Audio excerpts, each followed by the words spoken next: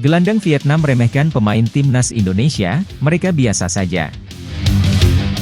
Vietnam tidak takut menghadapi Indonesia di kualifikasi Piala Dunia 2026 zona Asia.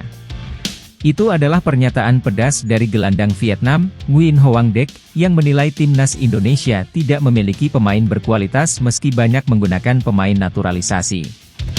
Vietnam dan Indonesia akan bertemu 2 kali di grup F. Pertama, Vietnam akan bertandang ke Indonesia pada 21 Maret 2023. Kemudian, Indonesia akan gantian berkunjung ke Vietnam pada 26 Maret 2023. Duel ini menjadi ajang balas dendam bagi Vietnam yang kalah 0-1 dari Indonesia di Piala Asia 2023. Gol tunggal Indonesia yang membuat Vietnam tersingkir dari babak 16 besar. Namun, Nguyen Hoang Dec tidak terkesan dengan kemenangan Indonesia itu. Ia menganggap pemain naturalisasi Indonesia tidak menakutkan dan justru memiliki banyak kelemahan yang bisa dimanfaatkan oleh Vietnam. Menurut saya, para pemain naturalisasi tidak menakutkan. Mereka berasal dari Eropa, Afrika, atau Amerika. Tapi mereka mungkin tidak memiliki keterampilan, ketahanan, dan komprehensif seperti pemain-pemain bagus dari benua tersebut, kata Nguyen Hoang Dec dikutip dari Bongda. Pemain naturalisasi Indonesia bermain sangat keras, namun mereka juga menunjukkan kelemahan. Jika timnas Vietnam bisa memanfaatkan celah tersebut dengan baik, hasil bagus pasti bisa kita raih saat berhadapan kembali dengan timnas Indonesia di babak kedua kualifikasi Piala Dunia 2026 Asia, ujarnya. Nguyen Hoang Dec sendiri sedang absen dari tim nasional Vietnam karena mengalami cedera engkel. Namun, ia berharap bisa pulih secepatnya dan kembali dipanggil oleh pelatih Park Hang-seo. Secara pribadi, saya juga akan mencoba yang terbaik bersama Vietel FC dan berharap bisa dipanggil ke tim nasional Vietnam lagi, pungkasnya. Laga timnas Indonesia versus Vietnam ini merupakan lanjutan ronde kedua kualifikasi Piala Dunia 2026 zona Asia. Timnas Indonesia bakal jadi tuan rumah terlebih dahulu pada 21 Maret 2024. Skuad asuhan Shin Tae-yong bakal tampil di Stadion Utama Gelora Bung Karno, Jakarta. 5 hari kemudian, giliran Vietnam yang menjamu timnas Indonesia di Stadion Mai Dinh, Hanoi.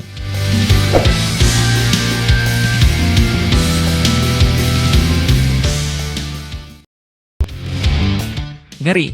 Sudah tahu Piala Asia U23 2024 bukan agenda FIFA, Shin Tae-yong tetap berani pasang target semifinal.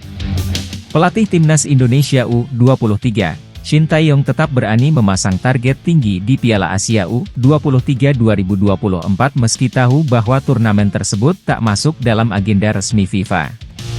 Sebagai konsekuensinya, Shin Tae-yong tak bisa memanggil para pemain terbaiknya. Pasalnya, aturan FIFA memang menyebut bahwa setiap klub tak wajib melepas pemainnya untuk turnamen yang tak masuk kalender resmi FIFA. Shin Tae-yong kemungkinan ingin memanggil 5 pemain yang berkarier di luar negeri ke Piala Asia U23 2024. Kelimanya adalah Ivar Jenner dan Rafael Struijk di Liga Belanda, Marcelino Ferdinand di Liga Belgia, dan Justin Hubner serta Elkan Bagot di Liga Inggris. Untuk itu, PSSI perlu melakukan pendekatan persuasif kepada klub 5 pemain tersebut agar bersedia mengirimkan pemainnya ke Timnas Indonesia U23 di Piala Asia U23 2024. Shin Tae-yong kan sudah tahu itu bahwa Piala Asia U23 2024 itu memang bukan agenda FIFA dan dia sudah tahu konsekuensinya kan, ujar anggota Komite Eksekutif, Exco, PSSI, Arya Sinulinga.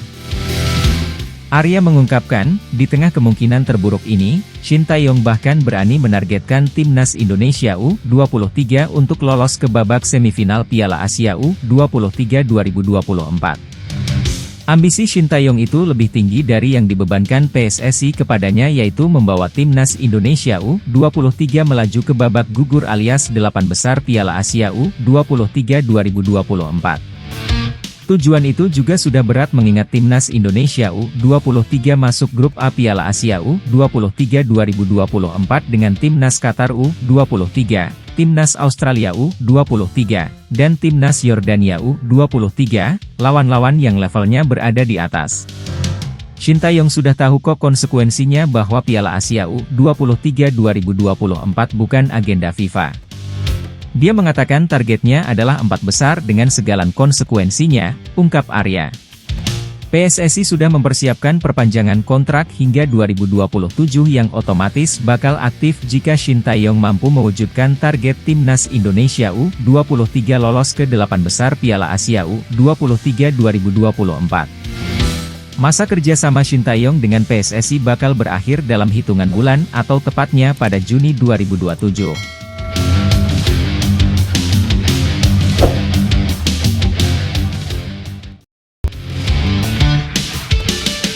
Shin Tae-yong ngotot panggil Justin Hubner dan kawan-kawan ke Timnas Indonesia U23 untuk Piala Asia U23 2024.